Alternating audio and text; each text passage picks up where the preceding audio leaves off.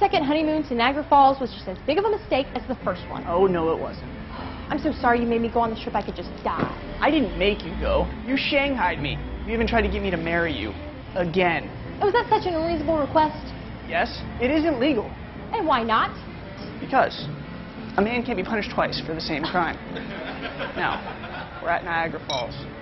Let's just try to enjoy ourselves, okay? To be nice to me, Ben. Have to, Ben. It is pretty here.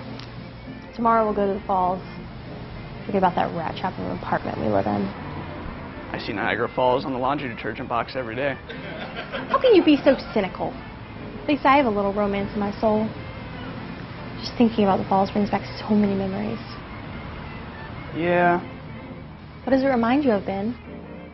I think I left the water running in the bathtub. Ben, you didn't. Okay, I didn't. I know I should have never trusted you to lock up. Now I'm really worried. Did you close the windows? Close the windows. You didn't leave any lights on, did you? Nope. Did you leave food for the cat? Left enough food for a week. What'd you leave him? 6-pound can of corned beef.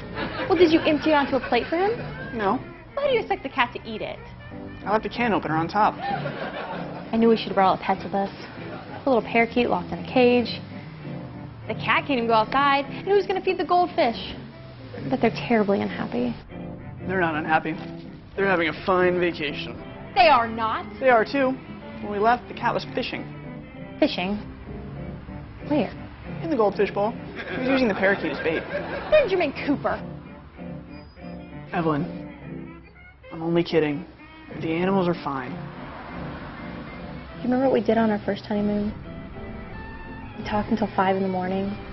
He recited poetry. And he told me how beautiful I was. Do you remember what you said to me, Ben? No.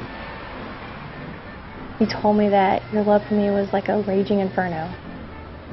You said that you had a fierce fire blazing inside of you like a live coal. What happened to it, Ben? My pilot light went out. How can you say such horrible things to me? I'd like to hear you say stuff like that to Vivian Carson. Can't I even go to Niagara Falls without Vivian Carson? The only reason you didn't marry her is because she wouldn't have you. What? You proposed to her 15 times before you proposed to me. Big second fiddle, you. I never proposed to Vivian Carson, and you know it. And the next time I see her, I'm going to punch her husband, Jim, right in the nose. What do you have against Jim? He's a better husband than you are. I'm sick of hearing that, too. Jim Carson is a cheap, chiseling bum. He is not. He's more generous than you. Would Jim Carson buy you a new dress? No. Would he buy you a new hat? No. Would he buy you a mink coat?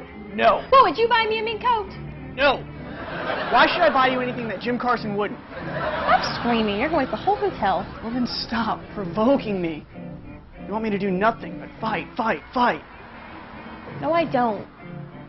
All I wanted you to do is to prove to me that you love me.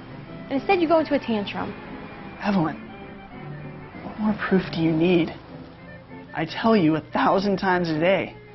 I raised a new crop of freckles that spell out, I love you. I painted it on all the Burma Shave signs.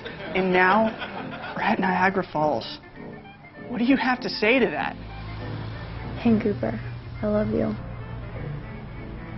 And I love you too. Now let's get some sleep. Tomorrow, we'll go see the falls. Maybe I'll get lucky and fall in.